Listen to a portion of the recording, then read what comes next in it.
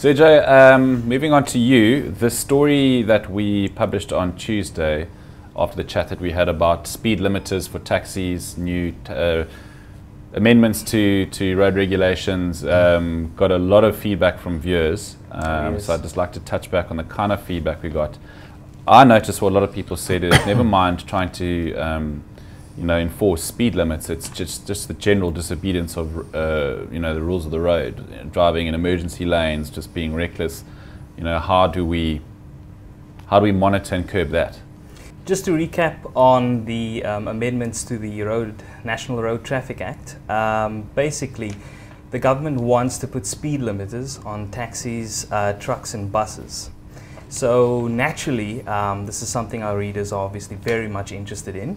So we asked them, do they feel whether or not this will actually curb road deaths? A poll we ran on News 24 garnered about 13,000 votes. If I can just read some of the figures here, just about 6,500 felt that while they approve of these measures, they actually think it might help in terms of curbing road deaths. This is just in terms of taxis, whether or not they actually obey them, that remains to be seen. Around about 4,800 respondents believe that it won't make any difference, and 2,800 felt that it's not going to make any difference. Taxis are just going to figure out ways around this. Just getting back to what you said about law enforcement, look, we can come up with hundreds of laws. SA has many road laws. The problem is enforcing them. Are taxis actually going to obey this? Are taxi organizations just going to overrule this once it comes into effect in December 2016? That remains to be seen. The vast majority of our readers believe that law enforcement is key.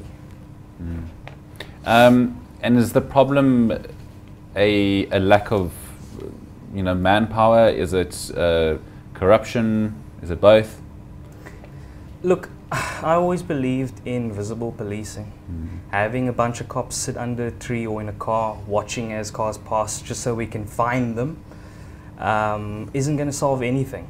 And with regards to limiters on taxis, sure, that will in theory reduce the road deaths. But again, it comes down to enforcement. If we're just going to be bullied by taxi organizations, if we're not actually going to enforce this, if we're just going to let them do what they're currently doing, i.e. displaying poor road behavior, then this is meaningless. It's just another law that we have on paper that's not being enforced. So just lastly, these amended regulations, in terms of traffic offences that these taxis make, they can, I see, get their licences suspended up to 24 months. Sure. How often are taxi drivers' licenses checked?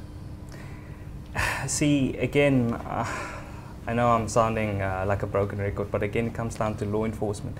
One of the regulations that affects all of us actually is that, if I can just read here, it says that they are hoping to compile a list of offences for which a driving license will be suspended for 24 months.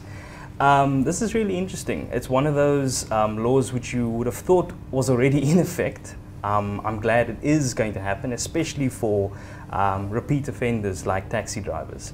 What this will mean for the general public is, if you display bad or poor road behavior, you could eventually earn enough, you could rack up enough points to have your license suspended. And like you said, for 24 months, that's huge. It's huge implications for road safety.